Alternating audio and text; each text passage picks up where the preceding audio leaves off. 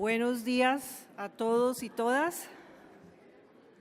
Soy Sonia Ospina de la Universidad de Nueva York, colombiana de origen, y tengo el gran honor de presentar a la profesora Chantal Mouffe, quien es profesora de Teoría Política de la Facultad de Ciencias Sociales y Humanidades en el Departamento Político y Relaciones Internacionales de la Universidad de Westminster en el Reino Unido y es investigadora en el Centro para el Estudio de la Democracia. La doctora Mouffe es una académica y pensadora altamente reconocida a nivel mundial por sus contribuciones a la teoría política y cuyas propuestas políticas han sido fuente de inspiración, no solo en la disciplina, fuente de inspiración para muchos en la práctica de la política. Su trabajo ha tenido gran influencia no solo en la disciplina de las ciencias políticas y en la filosofía, sino también en la sociología, en los estudios culturales, en la geografía, la arquitectura y el arte.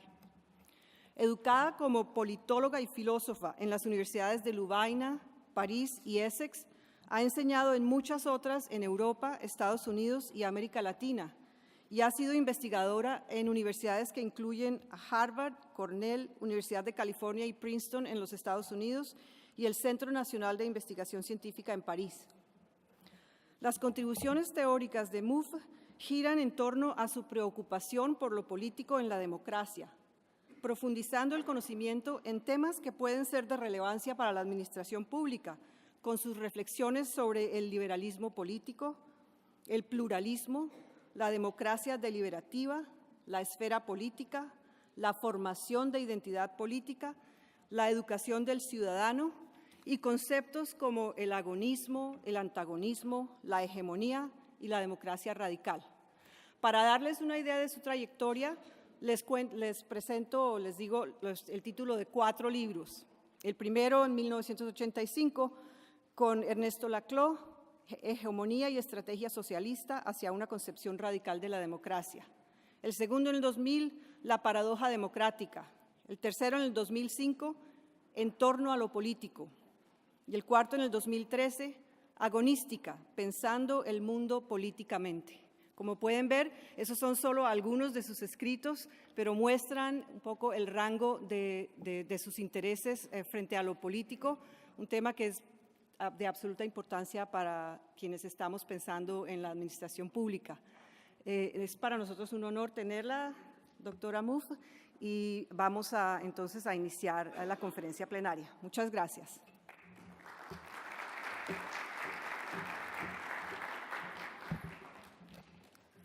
Buenos días. Bueno, para mí es un placer y un honor haber sido invitada por el CLAD para dar una de las conferencias magistrales.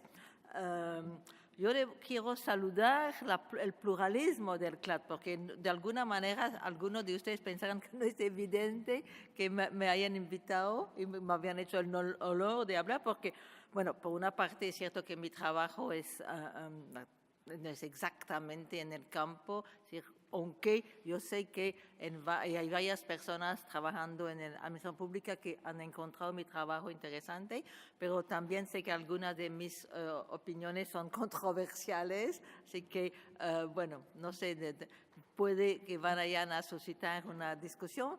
De todas maneras, me parece que es una gran prueba de pluralismo y de apertura de espíritu del CLAD de haberme invitado. Yo realmente aprecio muchísimo esa invitación. Bueno, el título entonces de mi presentación, voy a reflexionar sobre populismo y democracia. Yo les quiero decir desde el principio de que, bueno, mi reflexión sobre el populismo va a ser basada principalmente sobre la coyuntura en Europa occidental, porque sí me parece que la situación es distinta en Europa, bueno, los países que eran antes comunistas, porque yo creo que, bueno, yo siempre cuando mi reflexión es una reflexión siempre sobre coyunturas, ¿no? Yo no pretendo hacer grandes teorías válidas universalmente.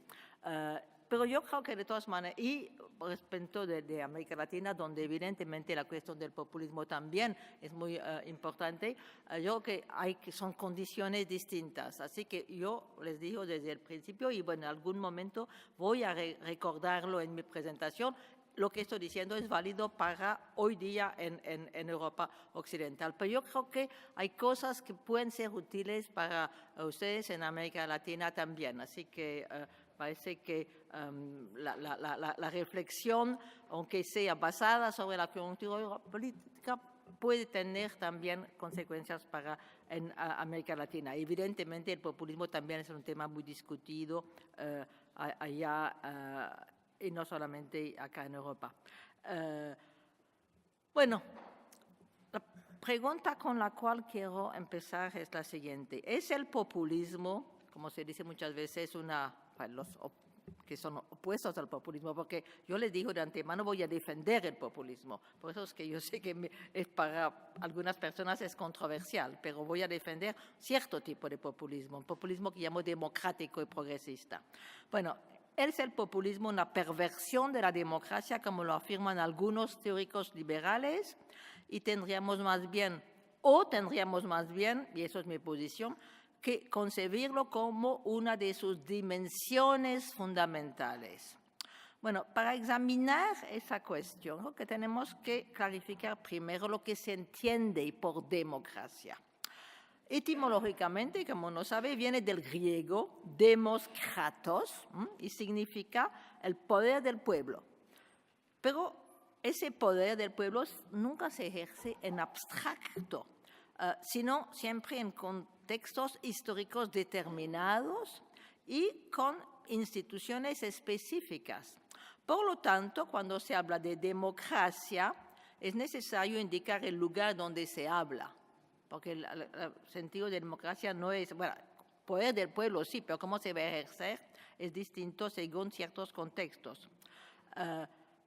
Cuando hablamos hoy día de la democracia, bueno, en Europa, pero eso también es válido para América Latina, ¿no? Yo diría, no es lo mismo, no es válido necesariamente para África, China, India, pero en realidad lo que es válido para Europa, pero también para América Latina, se refiere en realidad a un modelo especial de la democracia, que es el modelo occidental. Ese modelo ha recibido una variedad de nombres según el aspecto sobre el cual se quiere subrayar. Por ejemplo, se habla de democracia moderna, democracia representativa, democracia parlamentaria, democracia pluralista, democracia constitucional o democracia liberal, ¿no? Es el modelo liberal de la democracia. Yo prefiero llamarlo pluralista, pero voy a explicar por qué en un momento. Ese modelo también, en realidad, en algunos contextos ha sido designado como modelo republicano de la democracia. Y eso es lo importante, ese modelo en realidad se caracteriza por la articulación entre dos tradiciones diferentes. Es decir, no es democracia pura, es democracia en un contexto particular. Y decir que esas dos tradiciones diferentes son, por un lado, la tradición del liberalismo político. Acá insisto mucho sobre el aspecto político porque no hablo del liberalismo económico, que hablo de un modelo, digamos, a nivel político, ¿no? Ese modelo evidentemente puede ser articulado con el liberalismo económico, pero no necesariamente. Eso me parece un punto que hay que enfatizar. Entonces, por un lado está la tradición del liberalismo político, constituida por el Estado de Derecho, la separación de los poderes, la defensa de la libertad individual. Bueno, eso es una parte de esa articulación. La otra es la tradición democrática, cuyas ideas centrales son la idea de la igualdad, la idea de la identidad entre gobernantes y gobernados y de la soberanía popular. Entonces, cuando uno habla de democracia, es un modelo específico, articulación del liberalismo político y de la democracia. Acá hay que subrayar que no existe, y hay toda una discusión en teoría política sobre eso, pero de mi punto de vista no existe una relación necesaria entre las dos tradiciones, solo una articulación histórica contingente que fue realizada en el siglo XIX a través de la cual, como lo mostró el teórico canadiense C.B. Macpherson en un libro que se llama The Life and Times of Liberal Democracy, el liberalismo se ha democratizado y la democracia se liberalizó. Bueno, en lo que respecta al valor de esa articulación entre liberalismo y democracia también hay profundos desacuerdos. Por ejemplo, alguien como Carl Schmitt considera que existe una contradicción entre liberalismo y democracia y que la democracia liberal para él es un régimen inviable. Tiene necesariamente que llegar a una contradicción que lo va a poner en cuestión. Mientras que del otro lado está un filósofo que probablemente muchos de ustedes han oído hablar, el alemán Jürgen Habermas, que afirma al contrario, que hay una cooriginalidad entre los principios de libertad, del liberalismo y de igualdad de la democracia. Bueno, yo creo que Schmitt tiene razón sobre un punto, cuando él insiste sobre la existencia de un conflicto entre la gramática liberal de la libertad, que postula la universalidad y la referencia a la humanidad, y la gramática de la igualdad democrática, que requiere la construcción de un pueblo y la frontera, entonces, necesariamente entre un nosotros y un ellos. Pero me parece que Schmitt se equivoca cuando él presenta ese conflicto en términos de una contradicción que necesariamente va a llevar a la democracia liberal a la autodestrucción. Es decir, tiene razón Schmitt en el sentido de que por eso es que yo estoy de acuerdo con Habermas, que piensa que van necesariamente juntos, porque en realidad una perfecta libertad y una perfecta igualdad no es posible juntas. Va a haber siempre un elemento, si uno no puede imaginar una sociedad donde haya perfecta libertad, perfecta igualdad, ¿no? En ese sentido sí, hay un conflicto entre esos valores. Pero en el libro, La paradoja democrática, yo he argumentado que si bien no se puede hablar de una reconciliación última entre las exigencias del liberalismo y la de la democracia, por eso es que estoy de acuerdo con Schmitt sobre ese punto, podemos ver esa articulación entre esas dos tradiciones no como una contradicción, pero como el locus de lo que llamo una tensión que en realidad es constitutiva de la especificidad de la democracia pluralista. Y por eso es una tensión que yo creo que hay que valorar eso, porque es allá entre esa tensión entre esos dos principios que puede haber una democracia pluralista. Decir que la lógica democrática de construir un pueblo y de defender prácticas igualitarias es necesaria para subvertir la tendencia al universalismo abstracto del discurso liberal, pero por otra parte la articulación con la lógica liberal permite desafiar las formas de exclusión que son inherentes en las prácticas políticas de definir el pueblo que ha de gobernar. Entonces, por eso es que yo creo que esa tensión entre esas dos lógicas políticas, podemos decir, tiene, por lo tanto, efectos positivos. Que nunca es posible lograr una resolución entre esas dos lógicas en conflicto y solo pueden existir negociaciones pragmáticas de esa tensión, ¿no? Negociaciones en las cuales siempre habrá una de las dos lógicas que tiene un papel predominante. Es decir, que la política liberal democrática consiste, de hecho, en el constante proceso de negociación a través de las distintas articulaciones que yo llamo articulaciones hegemónicas, en el sentido que hay uno que va a ser, digamos, el predominante de esa tensión constitutiva. Y en realidad, esa tensión siempre, eso quiero insistir sobre eso, necesita ser renegociada. No es una cosa que uno llega a un punto, bueno, ya se ha encontrado el punto de equilibrio, no. Tiene que ser renegociada para mantener, eso sí, un cierto equilibrio entre esas dos lógicas. En realidad, si uno va repasando la historia de la democracia liberal, constatamos que a veces fue la lógica liberal que predominó, otras veces fue la lógica democrática. Pero lo que es importante es que las dos lógicas permanecen activas y la posibilidad de una negociación que yo llamo agonística, porque para mí el agonismo es cuando hay un conflicto que uno sabe que no se puede resolver, pero que hay, contrariamente al antagonismo, un respeto entre las partes que están en conflicto, ¿no? Cuando hablo de antagonismo, hablo de una relación amigo-enemigo. Uno quiere destruir el oponente. Mientras que una relación agonística, se sabe que no hay posibilidad de llegar a un acuerdo racional, pero hay, digamos, un respeto, acepta la legitimidad del oponente. Bueno, eso es central en mi reflexión en los libros, la cual se ha mencionado anteriormente. Bueno, eso era entonces una reflexión sobre qué es la democracia. Y ahora vengo al análisis del populismo. Porque lo que ha pasado en años recientes, y ya insisto, eso sí es una reflexión sobre a partir del caso europeo, es que debido a la convergencia de varios fenómenos, hemos asistido a un profundo debilitamiento del ejercicio de la democracia. En los últimos 30 años en Europa, diría yo. El primero de esos fenómenos es el advenimiento de lo que en mi libro, En torno a lo político, he propuesto llamar la pospolítica. Pospolítica para referirme al desdibujamiento de la frontera política entre derecha y izquierda, porque en realidad esa tensión agonística entre libertad e igualdad se traduce, digamos, en términos políticos entre el conflicto entre la izquierda y la derecha, ¿no?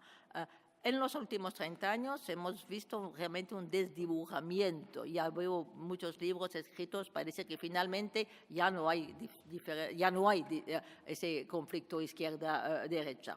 Y en realidad, con ese término de pospolítico, lo que quiero designar es el consenso que se ha establecido en Europa entre los partidos de centro-derecha y de centro-izquierda sobre la idea que no hay alternativa a la globalización neoliberal. Es decir, eso no podía explicarlo, es decir, la famosa frase de Margaret Thatcher, "There is no alternative". Por eso es la que llaman Tina, ¿no? Bueno, eso es una cosa fundamental de la idea neoliberal y ahora se ha aceptado hasta por los partidos llamados de centro-izquierda. Entonces, justamente es allá donde ha habido ese desdibujamiento, es decir, bueno, no hay alternativa.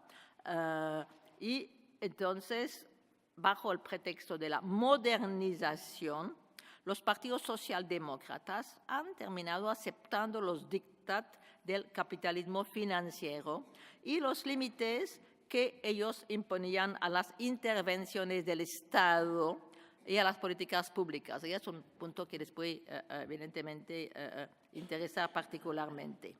El papel de los parlamentos y de las instituciones que permiten a los ciudadanos influir sobre las decisiones políticas fue drásticamente reducido.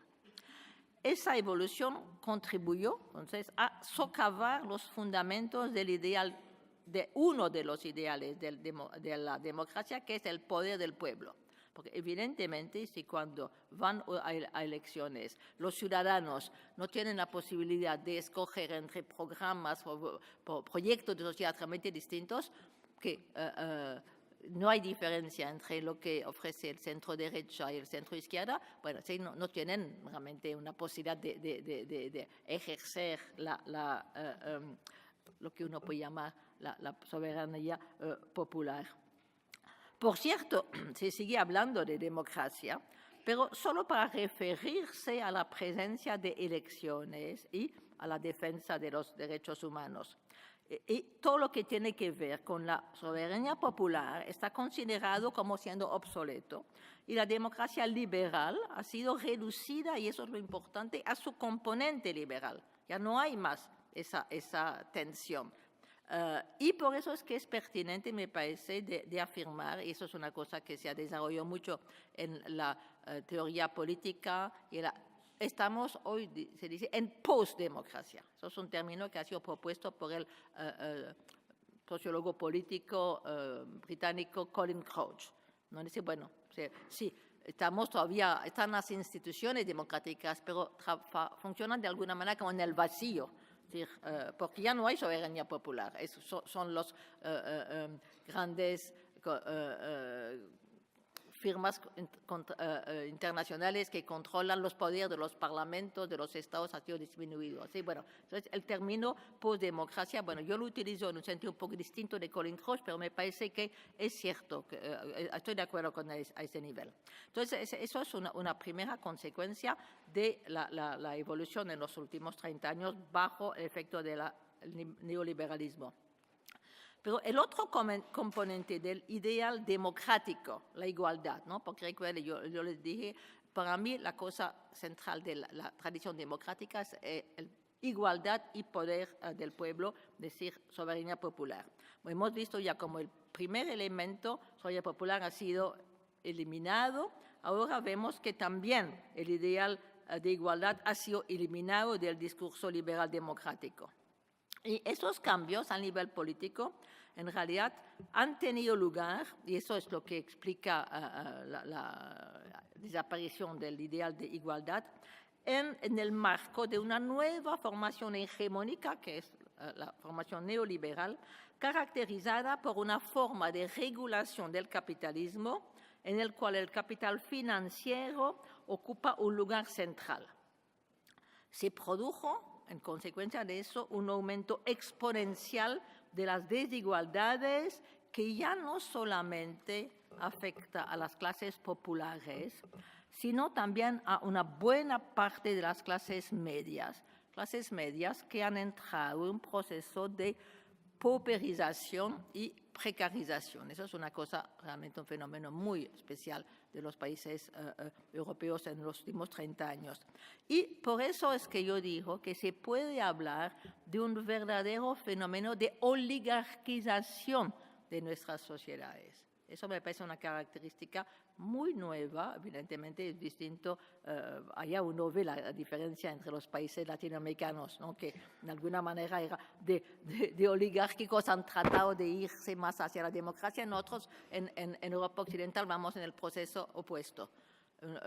Después de la hegemonía socialdemócrata de la época del Keynesian welfare state, el Estado keynesiano de bienestar, bueno, donde había realmente unas condiciones más de igualdad. Ahora esos países nos estamos oligarquizando. Por ejemplo, el libro de Thomas Piketty, El capitalismo en el siglo XXI, muestra claramente eso. Ahora hay un golpe, una diferencia enorme que no existía antes entre una parte cada vez más pequeña de súper ricos y, por otra parte, y el fenómeno evidentemente de las clases medias que se pauperizan y se precarizan, eso es el otro lado del fenómeno.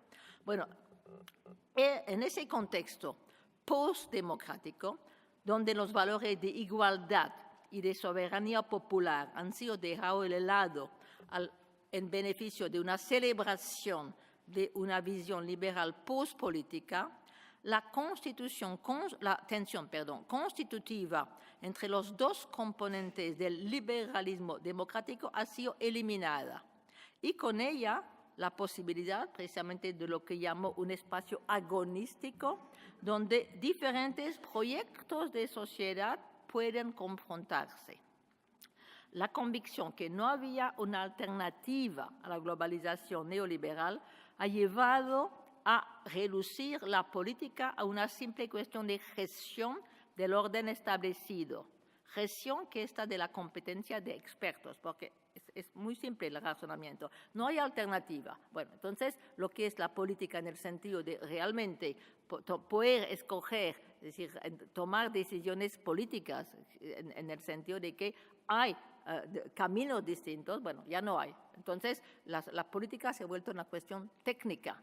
Y si es una cuestión técnica, evidentemente es mejor que esté ya hecho para expertos y el pueblo ya no tiene ningún papel importante, ¿no? Eso es lo que ha pasado con ese fenómeno de pospolítica. Lo que es claro acá es que ha desaparecida la capacidad para los ciudadanos de decidir de manera propiamente política entre diferentes tipos de medidas públicas. Ya no pueden tener voz. Junto a eso, la pérdida de soberanía de los estados nacionales, que están cada vez más dependientes de las imposiciones de las corporaciones transnacionales y de las instituciones europeas, explica la crisis de representación que afecta a las sociedades democráticas, porque se habla mucho, ¿no?, de que hay una crisis de representación, que sí hay, y eso es la consecuencia también de esos asuntos recientes.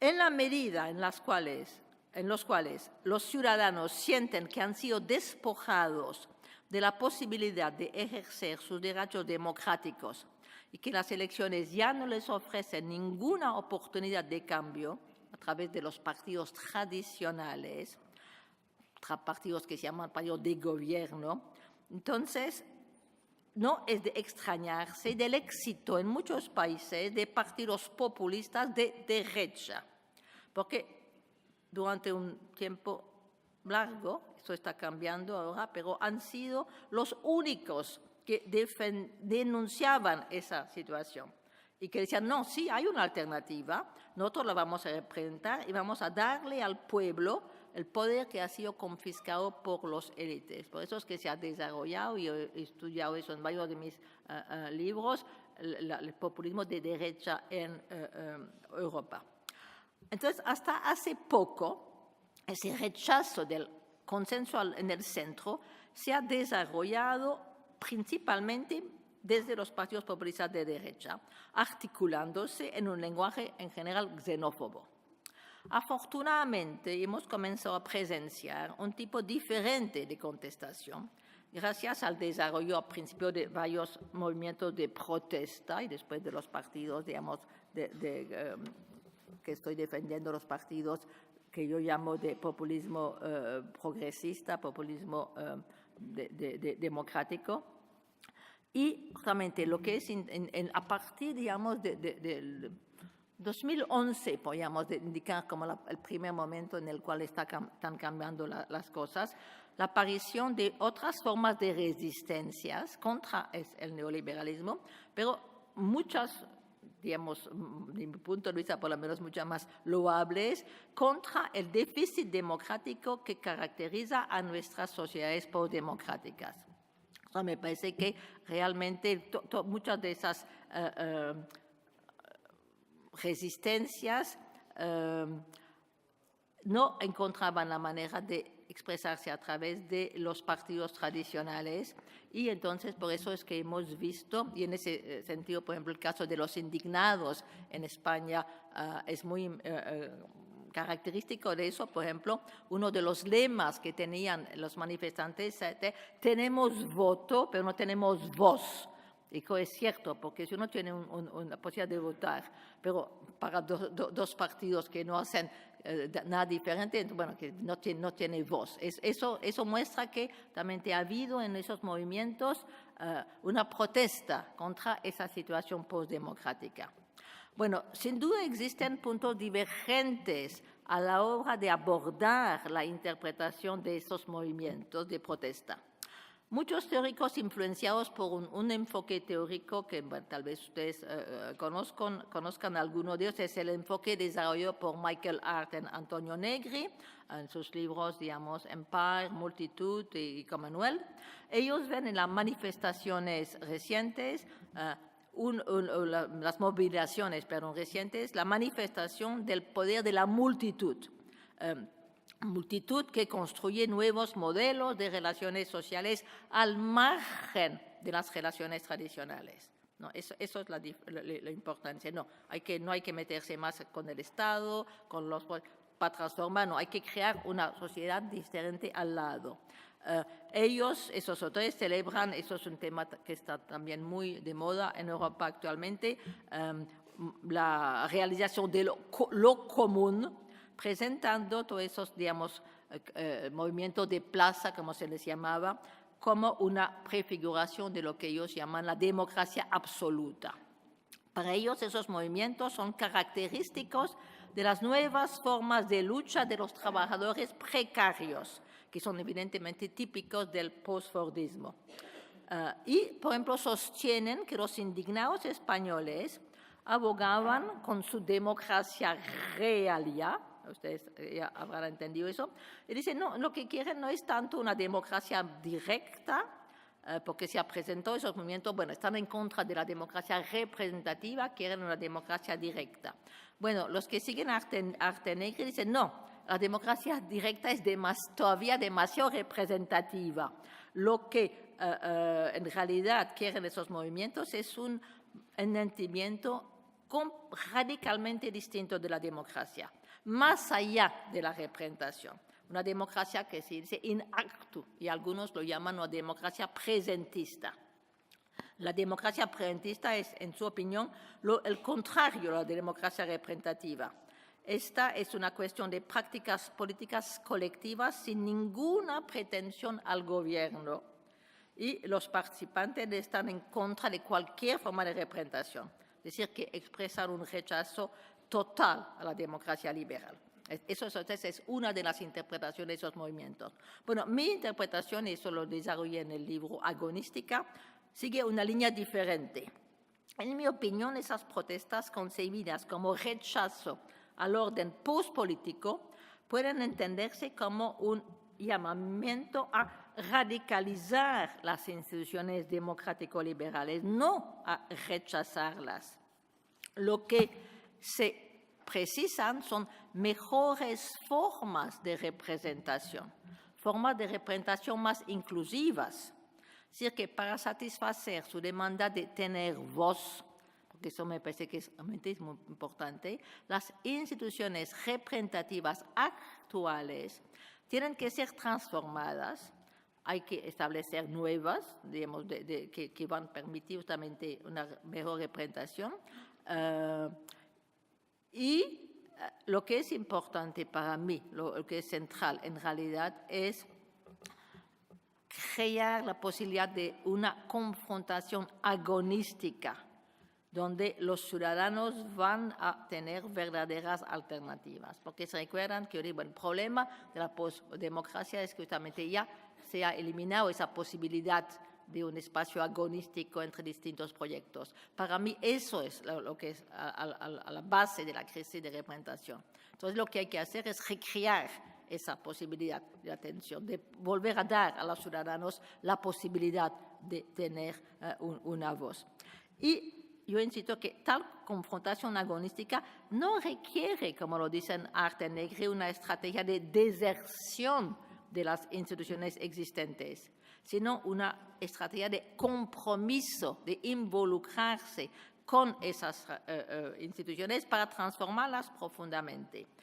Este es lo que llamo un proceso de radicalización de la democracia y requiere, evidentemente, el surgimiento de un proyecto progresista que sea capaz de ofrecer una alternativa al consenso liberal, socioliberal en realidad, porque uno no puede ya hablar de socialdemocracia.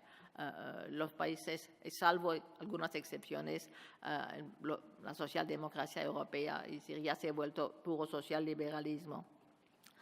Y eso evidentemente es importante, ¿no? Que se haya algo que reemplace ese consenso social liberal dominante en los partidos de centro-izquierda. Yo diría que en realidad estamos asistiendo hoy día en Europa, en consecuencia justamente de el hecho de que ahora no es únicamente del lado de la derecha que hay una puesta en cuestión de la postdemocracia, pero también de un lado de la izquierda, es lo que llamo un momento populista. Eso, porque también esa posibilidad justamente de tener una puesta en cuestión de la postdemocracia tanto por la derecha como para la izquierda. Y eso en realidad representa un reto para nuestras democracias. Reto importante porque el futuro de nuestras democracias europeas va a depender de la manera como se va a confrontar ese desafío. Sin duda, esa crisis del modelo liberal democrático puede abrir la vía para soluciones de índole autoritario a través de regímenes que van a debilitar las instituciones liberales. ¿no? Eso es, evidentemente, si gana el populismo de derecha. Pero esa crisis también puede conducir a una reafirmación y una profundización de los valores democráticos. Todo va a depender del tipo de populismo que sale victorioso de la lucha contra la pospolítica y la posdemocracia. Por cierto, hoy, desgraciadamente, es el populismo de derecha que domina en Europa. Pero estamos empezando a ver la emergencia de formas de lo que llaman populismo democrático, populismo progresista, populismo de izquierda. Y es de esperar que ese tipo de política se vaya consolidando, porque para mí es la única política que puede reactivar las instituciones democráticas que han sido debilitadas por la hegemonía neoliberal.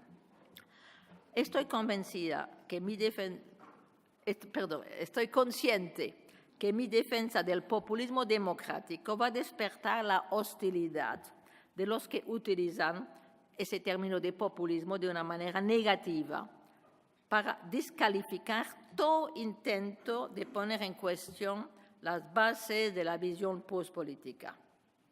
Eso, porque eso es la situación distinta en América Latina también, pero en Europa actualmente, cuando uno habla de populismo, es únicamente de manera negativa. De nuevo, no es lo mismo en Estados Unidos, porque en Estados Unidos, bueno, la gente, además hay una tradición de populismo democrático en Estados Unidos, del movimiento del People Party, pero en Europa hoy día es únicamente una cosa negativa. Evidentemente, bueno, toda mi reflexión acá rechaza esa visión simplista del populismo difundida por los medios y que presentan el populismo como pura demagogia. Yo me inscribo acá, en mi reflexión sobre el populismo, en una perspectiva analítica que es inspirada por Ernesto Laclau, que en su libro La razón populista define el populismo como una forma de construir lo político que consiste en establecer una frontera política. Bueno, eso de algunas maneras, para mí, todo mi trabajo, lo político es establecer una frontera política. Pero hay maneras distintas de establecer esa frontera política y como lo muestra Laclau, el populismo es una manera específica de establecer la frontera apelando a la movilización de los de abajo contra los de arriba, ¿no? Es la frontera abajo-arriba.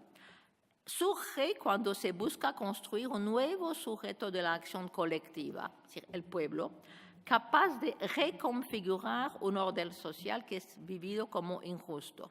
Es decir, que es una manera de hacer política que puede tomar varias formas según las épocas, según los lugares. Por eso es que el populismo latinoamericano, el populismo americano, es decir, o europeo, es decir, hay varias formas. No es, insiste Laclau, una ideología el populismo.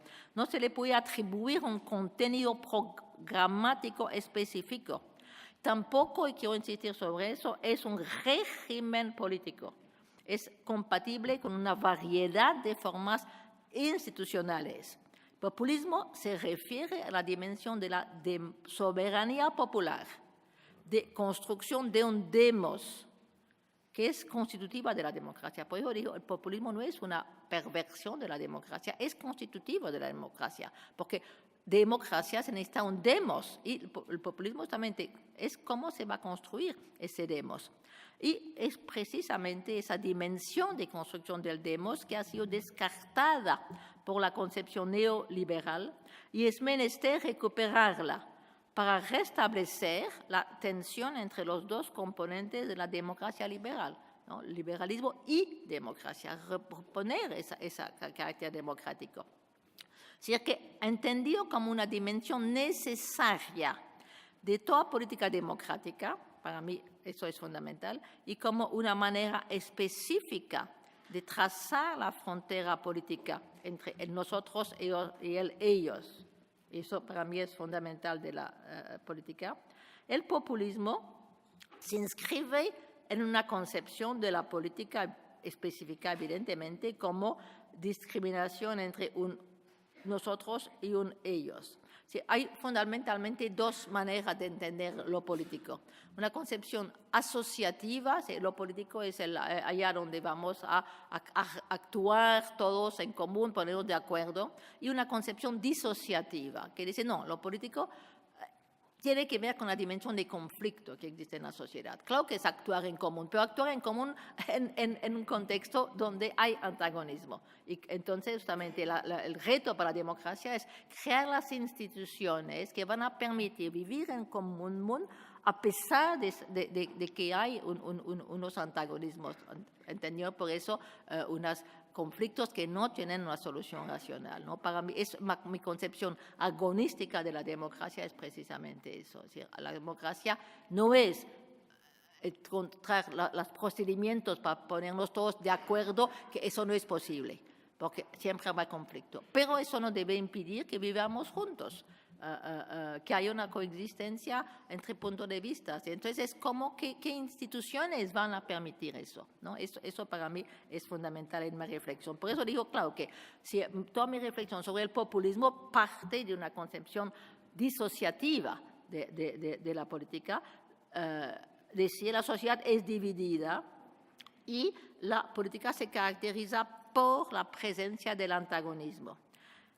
Siempre cuando se trata de construir esa frontera política, se trata de, eso es un punto, desgraciadamente no tengo tiempo para desarrollarlo acá, pero es importante en mi trabajo, sobre todo en el libro que escribimos con Ernesto Laclau, Hegemonía y Estrategia Socialista, es una construcción discursiva, es decir, el pueblo no es que haya un pueblo allá ya existente y que se trata de representar. No, el pueblo se construye de manera distinta. La manera como construye el pueblo, el populismo de derecha es muy distinta de la manera como lo construye un populismo progresista. No, insisto sobre eso, hay diversas maneras de construir el pueblo según los elementos que van a ser incluidos en el pueblo. Por ejemplo, para el populismo de derecha, los inmigrantes no hacen parte del pueblo, ellos son ellos, mientras que una concepción, digamos, progresista del populismo incluye los inmigrantes, y también decir cuáles son los ellos, ¿no? Cuáles las fuerzas, los de arriba, al cual el pueblo se va a oponer. Y, evidentemente, todo eso depende de las coyunturas en las cuales va a emerger el populismo. El momento populista que estamos viviendo hoy día en Europa es, entonces, para mí, la consecuencia de la profunda crisis de representación que afecta a los regímenes liberal-democráticos en razón de la incapacidad de los partidos tradicionales de dar una expresión política a las resistencias democráticas que han brotado en reacción a las nuevas estructuras de dominación ligadas a la globalización neoliberal. Esas resistencias son muy heterogéneas y no pueden ser formuladas de manera adecuada a través del clivaje tradicional derecha-izquierda, es decir, cómo está conformado tradicionalmente. A la diferencia de las luchas características de la época del capitalismo fordista, cuando existía una clase obrera organizada en sindicatos fuertes que defendían sus intereses específicos, en el capitalismo post-fordista neoliberal, las resistencias emergen también en muchos puntos al exterior del proceso productivo y las demandas que expresan no corresponden más, como en la manera tradicional, a sectores sociales que puedan ser definidos en términos sociológicos o por su ubicación en la formación social. ¿No? Que eso es la manera tradicional de concebir la izquierda. Hay sectores, digamos, socioeconómicos cuyos intereses van para la izquierda. Y entonces hay que representar eso. Bueno, hoy día en el capitalismo postfordista hay que crear un sujeto, digamos, de pueblo mucho más transversal, porque hay muchas demandas que no son demandas tradicionales de la clase obrera. Además, esa clase obrera está muy fragmentada y hay que construir un pueblo a partir justamente de todas esas demandas democráticas.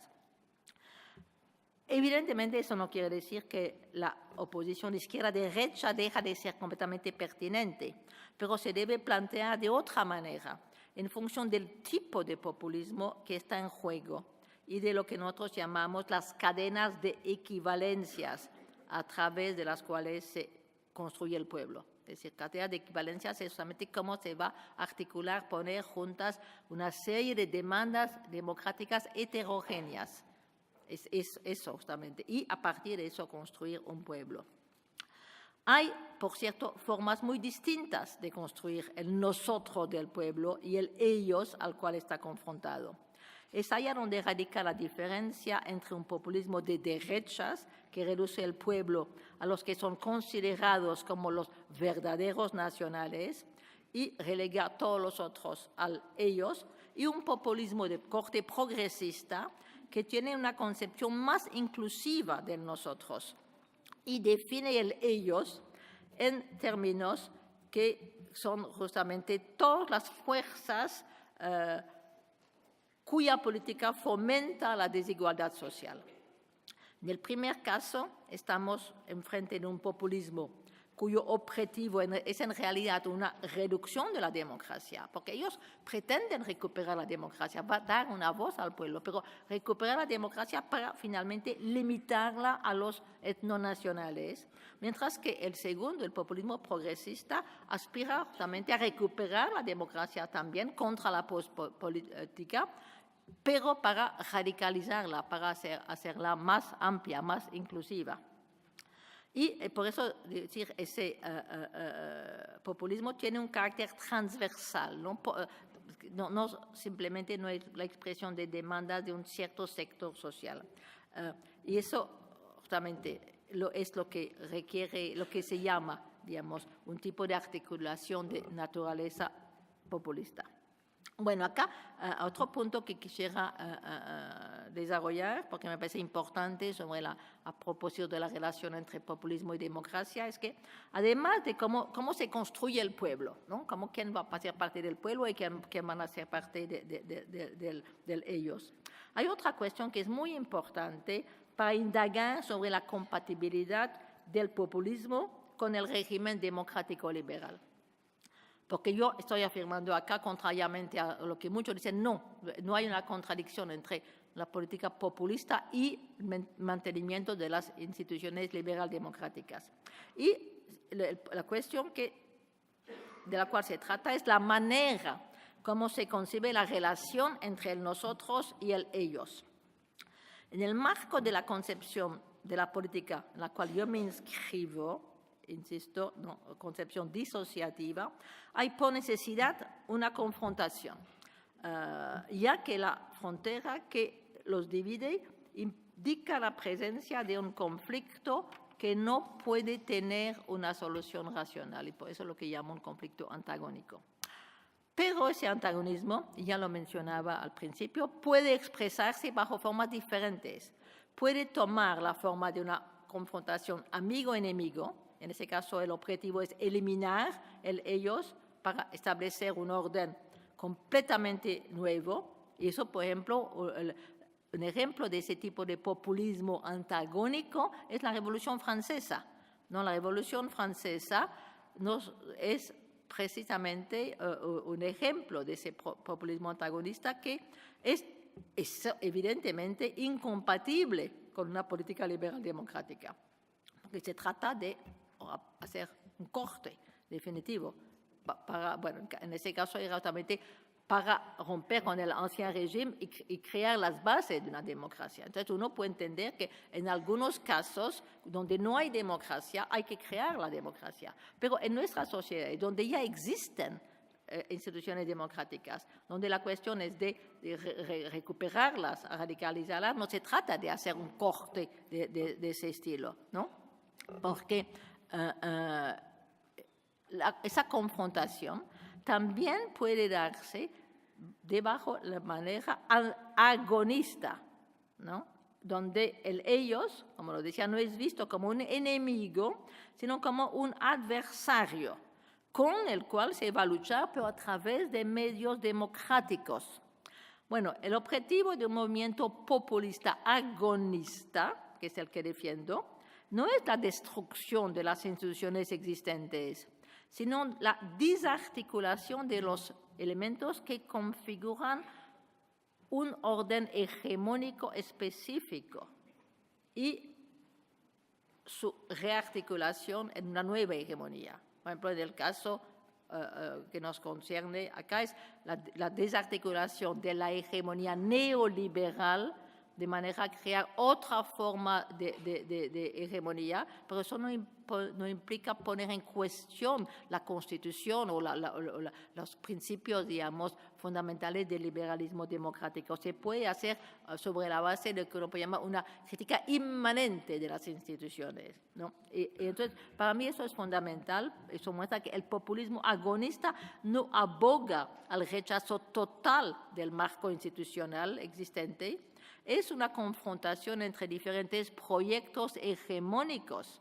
Eso se lleva a cabo por lo que Antonio Gramsci llamaba una guerra de posición, ¿no?, al interior de las instituciones para transformarlas. Eso me parece muy importante, ¿no?, porque ella muestra que es perfectamente compatible el populismo de este estilo con la democracia. No se trata de poner en cuestión las instituciones liberales democráticas. Si estamos viviendo un momento populista en Europa, es porque en las condiciones postdemocráticas que rigen hoy día hay una urgente necesidad de reequilibrar la relación entre los dos componentes, ¿no?, el componente liberal y el componente democrático, cuya articulación, como lo he desarrollado al principio, constituye el régimen liberal democrático. El objetivo del populismo democrático es recuperar, es decir, en contra de la postdemocracia, recuperar la democracia y radicalizarla, extenderla, hacerla más exclusiva. Eso evidentemente va a necesitar cambios institucionales para permitir que se exprese la voluntad popular, pero no significa un radical desafío a las instituciones, como se puede llamar, republicanas, y se podría de alguna manera hablar también de un populismo republicano.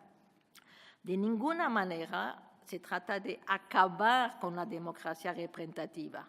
Por cierto, la actual crisis de representación se debe a que nuestras instituciones no son suficientemente representativas, no al hecho mismo de la representación como lo pretenden varios.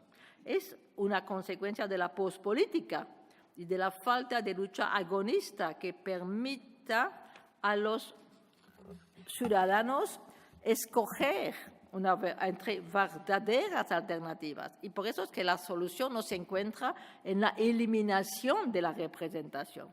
Como lo he subrayado en varias ocasiones, en una sociedad democrática que no concibe el pluralismo de una forma armoniosa y antipolítica y que reconoce la posibilidad siempre presente del antagonismo, las instituciones representativas, al dar forma a la división de la sociedad, desempeñan un papel crucial, porque las instituciones representativas permiten la institucionalización de la dimensión conflictual. Dan forma, es la manera de permitir que se institucionalice el conflicto y justamente que se pueda manejar de manera democrática. Sin embargo, y eso es un sin embargo muy importante, ese rol de las instituciones representativas solo puede ser cumplido mediante la existencia de una confrontación agonista.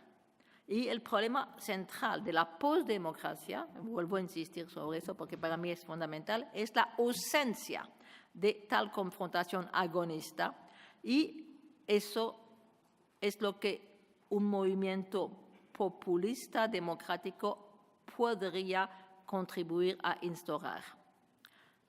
Por eso me parece que hoy día, yo sé que eso va a contra de muchas opiniones, para mí, hoy día, para salvar la democracia, para recuperarla, es el populismo democrático. Es únicamente a través de eso que uno va a poder decir, no pone en cuestión, no pone en peligro la democracia, el populismo democrático. Al contrario, es la manera de salvar la democracia.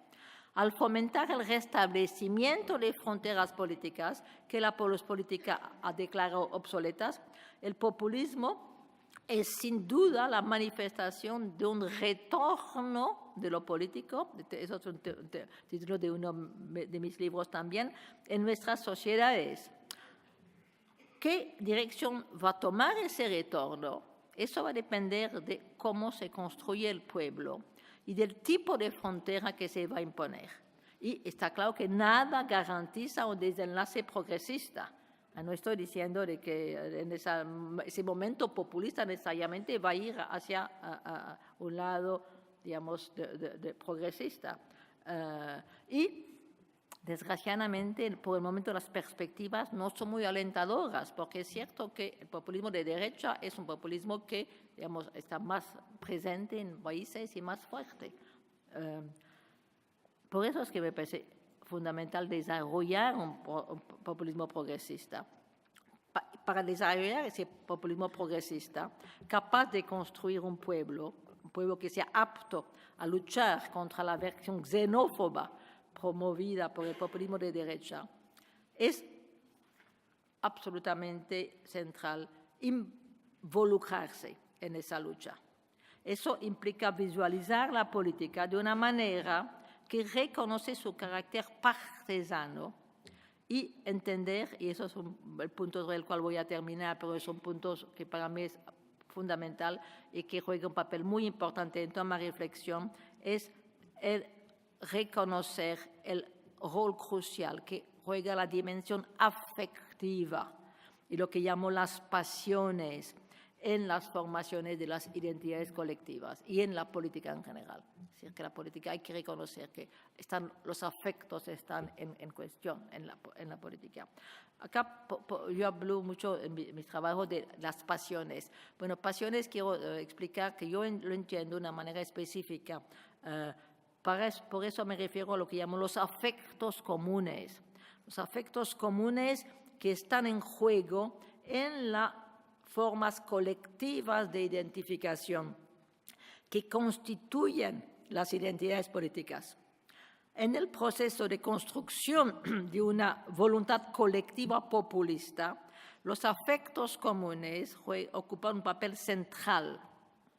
Y eso es un punto que desgraciadamente escapa a la perspectiva racionalista que domina en el pensamiento político liberal democrático. Eso también, una gran parte de mi reflexión ha sido de criticar el racionalismo de la teoría política liberal demócrata, que no reconoce, que piensa que simplemente hay que dar argumentos.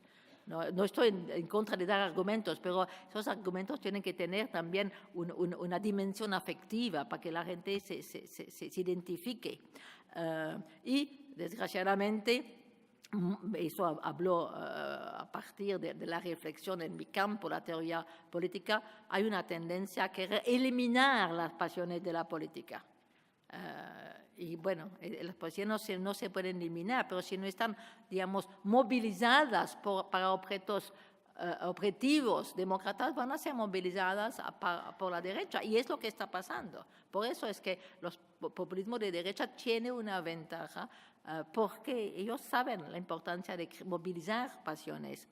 Y yo creo que también ese rechazo al rol de las pasiones, de los afectos comunes, que uno encuentra en la teoría política liberal demócrata, explica su hostilidad hacia el populismo. Porque el populismo, sí, insiste, hay que movilizar los afectos.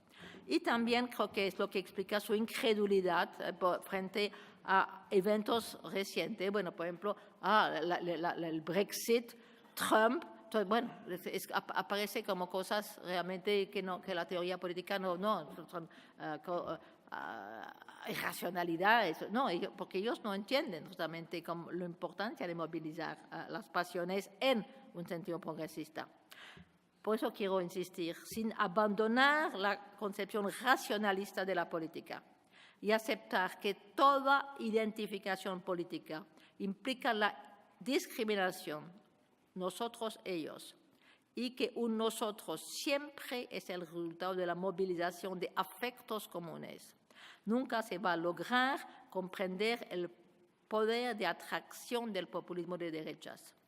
Es a través de la construcción de otro pueblo, un pueblo que resulte de la movilización de las pasiones en defensa de la igualdad y de la justicia social, que hay que combatir el populismo de derechas, no por cosa de condenación moral, como se hace en general en Europa. Hay que movilizar los afectos en otra dirección. Porque, como nos enseñó Spinoza, y eso creo que es una reflexión que quiero que ustedes guarden eso en mente, es solo por medio de la movilización de un afecto opuesto y más fuerte que se puede vencer un afecto dado. Muchas gracias por su atención.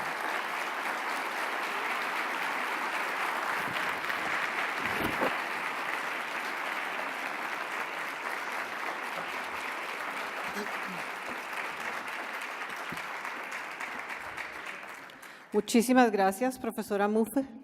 Muy interesante, provocativo, para pensar y reflexionar sobre el papel de la administración pública en este contexto más amplio que nos ha dado.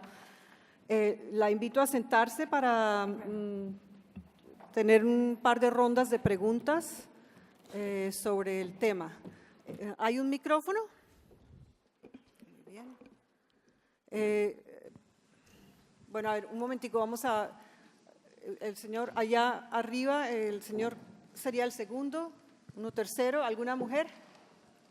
¿Alguna mujer? ¿Mujer? Mujer. Aquí, cuarto.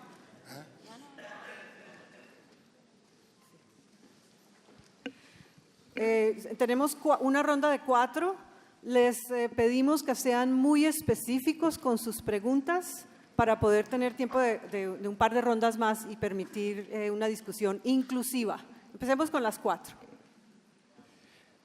Buenos días, muchas gracias por la conferencia, sin duda de gran interés. Le quería preguntar 2 preguntas sobre España. La primera está relacionada con ese segundo momento de institucionalización del populismo. Tenemos un primer momento que es más utópico, donde se construye ese significante común, pero mi pregunta es qué ocurre después a la hora de institucionalizar, donde ese significante común se empieza a romper.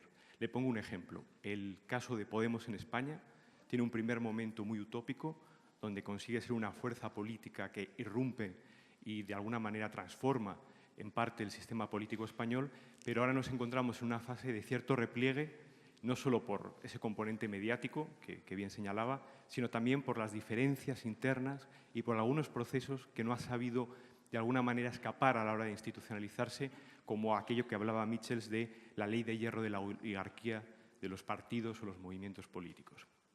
Sería la primera pregunta. Y la segunda, ¿qué ocurre cuando hay un empate catastrófico en las instituciones, cuando hay 2 legitimidades que chocan? No sé si agonísticamente, pero por lo menos chocan y se encuentra en ese punto que esperamos que va a ocurrir con un punto de bifurcación. La pregunta es ¿qué interpretación hace de ese empate catastrófico que a día de hoy sucede en Cataluña? Muchas gracias. Sí, buenos días. Gracias, profesora, por su conferencia. Mi nombre es Marcelo Calabria, de la Universidad Nacional de Cuyo, y quería consultarle, normalmente los populismos, sean de izquierda o de derecha, tienen una gran tendencia hacia el ejercicio autoritario del poder. ¿Qué impediría, qué instrumentos impedirían en el populismo progresista que esto suceda? Y si nos puede dar algunos ejemplos concretos de estos instrumentos en populismos progresistas que hayan superado esta tensión. Me faltó un ejercicio. ¿Qué del poder, dijo? Autoritario. Autoritario. Autoritario, sí. Tercera pregunta. ¿Quién era? ¿Acá? Era por acá, ¿no? No era por acá. Por favor. Bueno, Tengo que mirar. pregunto yo. Entonces, Por favor, doctora, si bien la concepción asociativa del todos nosotros es ideal, la concepción disociativa proveniendo del Estado promueve la estructural segregación y la agrava, la natural segregación que es de estructura en el ser humano, produciendo grietas insuperables en las sociedades. La pregunta es, ¿quién es el juez que dictamina ese ellos y nosotros? ¿Cómo se sostiene en el tiempo? ¿Quién lo para? Y la histórica dicotomía entre naturaleza y cultura, cuerpo y mente, ¿no agravaría, digamos, el invitar a las pasiones a que desde el Estado no haya un ánimo de conciliación? Falta una ¿En cuarta. lugar de lo contrario? Sí, sí. La cuarta Por favor. aquí. Muchísimas gracias por su conferencia. Me impresionó significativamente. Yo soy Germán Puentes González, vengo de la Universidad de Rosario de Bogotá. Mi pregunta muy concreta es la siguiente. ¿Cómo construir el pueblo?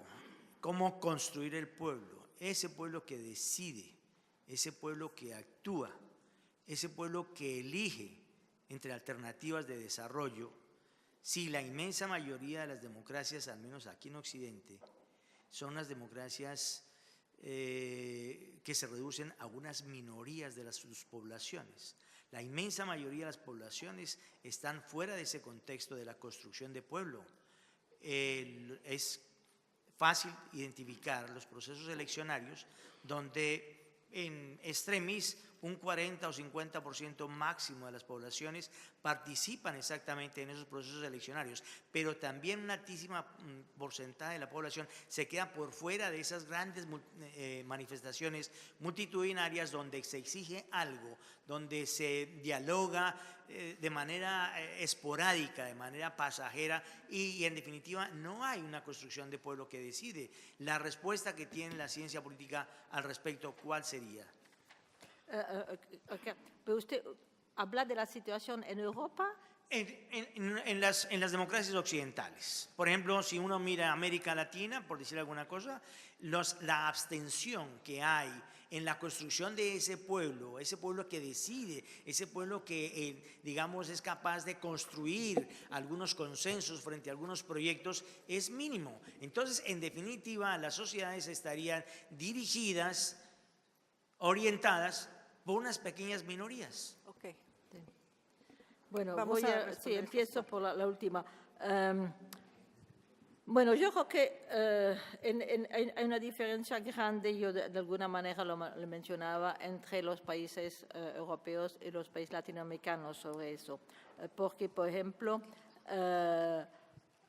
bueno, usted dice que construir ese pueblo, precisamente la razón, hay que construir el pueblo y en ese sentido hablo del caso europeo, porque justamente el pueblo ha sido, en realidad me parece que ha habido un movimiento en sentidos distintos. El populismo latinoamericano, y yo defiendo mucho el populismo latinoamericano, ha sido una manera justamente de introducir las masas populares, darles una voz. Es decir, en los distintos países donde ha habido, pero claro, de manera muy distinta, ¿no? Porque, insisto, siempre son situaciones distintas, pero el objetivo del populismo era de hacer entrar en el campo de la política unos sectores populares que no estaban por el hecho de que eran regímenes muy oligárquicos. Entonces se trataba justamente, y se ha logrado también con éxitos distintos en unos países, pero yo creo que se ha logrado, yo diría que para mí, y conozco muchos casos porque he vivido en Colombia, he vivido también, los países de América Latina donde ha habido experiencias populistas son países mucho más democráticos que lo que eran antes. Porque, bueno, puede haber muchas dificultades, pero son más democráticos porque han dado la voz a una cantidad de masas populares que antes estaban excluidas, que ahora han tenido una voz. Creo que no es suficiente, creo que hay que desarrollar, pero por lo menos yo creo que ha sido un gran progreso. En Europa lo que está pasando es una cosa muy distinta, porque en Europa, gracias a la socialdemocracia y a la época, digamos, del estado de bienestar keynesiano, había habido ya una incorporación de las masas populares en Europa. Lo que ha pasado es que ahora, con los procesos que yo estaba hablando de postpolítica y de organización, esas masas populares, bueno, han sido excluidas, no, es un poco tal, de esa lógica, ya no, han perdido esa cosa, han perdido, digamos, una serie de derechos que ellos tenían antes. Entonces, ahora, y eso es justamente, ha habido un proceso, uno puede llamar de latinoamericanización de los países europeos en el sentido negativo de oligarquización. Yo me acuerdo, bueno, en muchas entrevistas en Argentina, otra parte, yo decía que los países europeos se están latinoamericanizando en el mal sentido, porque están volviéndose realmente oligárquicos. Entonces nosotros que por la postpolítica, por esa postdemocracia, entonces ahora se trata de recuperar la democracia. Yo diría que en América Latina no se trataba de recuperar la democracia, sino de instaurarla, de hacer entrar las masas populares en la democracia. En los países europeos no, ya había habido eso. Y ahora se trata de recuperar eso, porque si uno ve con el neoliberalismo, muchos de los derechos que existían bajo el régimen hegemónico socialdemócrata han sido perdidos. Entonces, me parece que, pero lo importante es dar una voz a las masas populares. Eso trata de construir un pueblo. Evidentemente está el problema del abstencionismo, pero me parece que lo importante es crear las instituciones que permiten, porque fundamentalmente sí, cuando los ciudadanos van a votar, a lo mejor una de las grandes razones por las cuales no van a votar es porque simplemente dicen, ¿para qué me voy a molestar? Finalmente van a hacer la misma política. Y en Europa, por ejemplo, uno ha visto la crecida de la abstención, que ha sido la consecuencia precisamente del desarrollo de esa postpolítica. Entonces, para volver a dar impulso, hay que ofrecer a los ciudadanos la posibilidad y que cuando van a votar, uno ha visto, por ejemplo, con el Brexit, cuando hay una posibilidad de realmente tener una voz, ellos participan, ¿no? Pero hay que darles la posibilidad, hay que ofrecerles políticas distintas. Bueno, la política anterior, honestamente no la entiendo porque yo no veo como, no se trata de establecer un juez. Toda mi perspectiva es en contra de esa cuestión así normativa, bueno, que hay alguien que va a decidir lo que está. No, esos son procesos que se van dando y, bueno, uno no puede, no hay esa posibilidad de exterior, ¿no? De decir, bueno, eso está bien, está mal. Lo encuentro difícil de ponerme a contestar porque realmente está tan opuesto a la manera como yo encargo la cuestión política que populismo autoritario. Bueno, yo no creo, allá sí uno podría entrar en muchas discusiones, ¿no? Yo no, bueno, yo me voy a hacer muchos enemigos acá tal vez, pero bueno, honestamente, decir, yo me acuerdo, bueno, yo de alguna manera estoy muy ligada a la Argentina. Yo estaba absolutamente defensora yo sigo siendo defensora del kirchnerismo, ¿no? Y me parece increíble cuando uno recuerda que Cristina Kirchner decía que es un régimen fascista, un régimen totalitario, un régimen. Bueno, honestamente me parece que el régimen de Macri es mucho peor en ese sentido, porque realmente la manera como, bueno, era mucho más democrático el régimen de Cristina Kirchner que el régimen de Macri.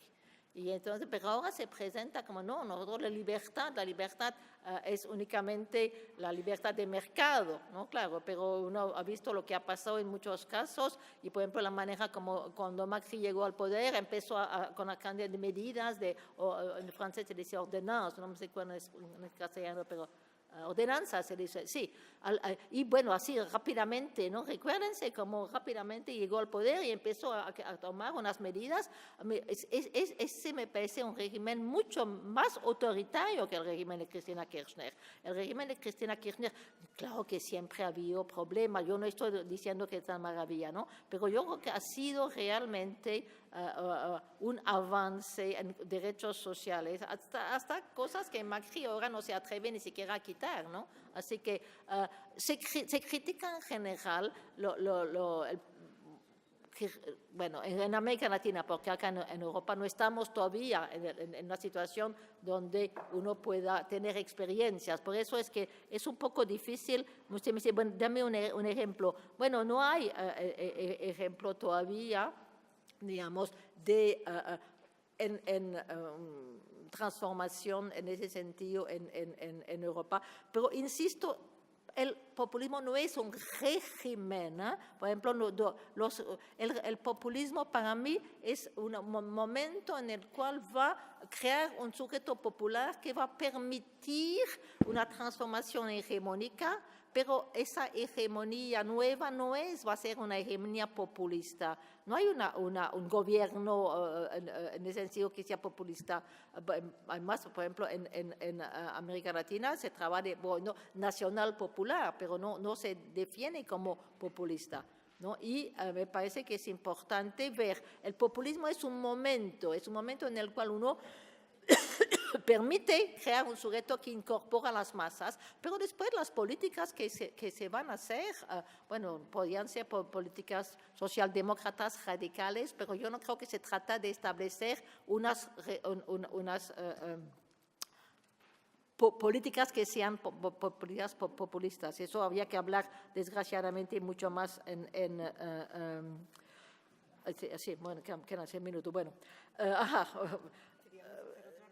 sí, no sé si va a ser... No, porque las dos primeras preguntas son preguntas que me tendrían que pasar 1 hora para contestar. Porque, bueno, ojalá tuviera la solución, imagínense. Entonces decía, no, la solución del problema de Cataluña, es eso, bueno. No, es que hay que reconocer, no hay solución para todos los problemas. Hay problemas que no tienen una solución. Bueno, no quiero decir que, por ejemplo, el parte catastrófico. Es cierto que cuando uno está en una situación en la cual, por ejemplo, hay 2 legitimidades que se oponen, ¿no? Allá uno no tiene un conflicto agonístico, uno tiene un conflicto entre antagonístico. Y los contextos esos no pueden ser evitados, eliminados. Claro que, bueno, no quiero entrar demasiado en detalles sobre eso, pero bueno, habría que ver qué fue lo que llevó a esa situación en Cataluña, ¿no? Y allá me parece que, bueno, no quiero tampoco hacerme más enemigos que lo que yo he hecho ya, no, así que no voy a decir. Pero una vez que uno ha llegado a esa situación, sí, es realmente lo importante es tratar de ver, bueno, yo pienso en ese sentido y que la solución es la solución que propone Podemos y que propone acá un referendo pactado, como se hizo en Escocia, ¿no? Porque eso es. Pero desgraciadamente es una posición que es inaudible hoy día. Inaudible porque justamente hay una tal polarización que es sí o no, y entonces uno ve, no siempre la posición más razonable es la que se puede imponer. Hay momentos, bueno, después uno va a ver qué va a pasar, que puede haber un desgaste habría mucho que decir, por ejemplo, sobre yo creo que el caso. Bueno, hablando hay 2 casos interesantes para ver cómo uno puede pasar de una situación, digamos, de antagonismo a una situación agonística, que es realmente lo importante. El caso de Colombia, me parece muy interesante el caso de Colombia, porque durante mucho tiempo entre la FARC y el gobierno había una relación antagónica. Y bueno, ahora lo que ha pasado no es que se han puesto de acuerdo, claro que hay conflicto, pero es un conflicto, ahora no se tratan como enemigos, se tratan como adversarios. Entonces, me parece es un paso muy importante. Lo mismo ha pasado en Europa, en Irlanda del Norte, donde había un conflicto antagónico entre los católicos y los protestantes durante, bueno, guerra civil. Ahora se ha pasado una situación donde todavía hay conflictos, pero conflicto de manera agonística, porque ellos se tratan ya no como enemigos, sino como adversarios que van a aceptar procedimientos democráticos para juzgar. Entonces, bueno, eso es lo que hay que tratar de pensar, pero no tengo recipe para decir, bueno, ojalá lo tenga, ¿no? Un minuto para eso y un minuto para yo cerrar. Bueno, entonces, un minuto para la última pregunta que quería responder, la número 2, creo. Bueno, no. Bueno, la primera pregunta había dos. Era sí, Podemos en la institucionalización, pero bueno, eso realmente tendría que...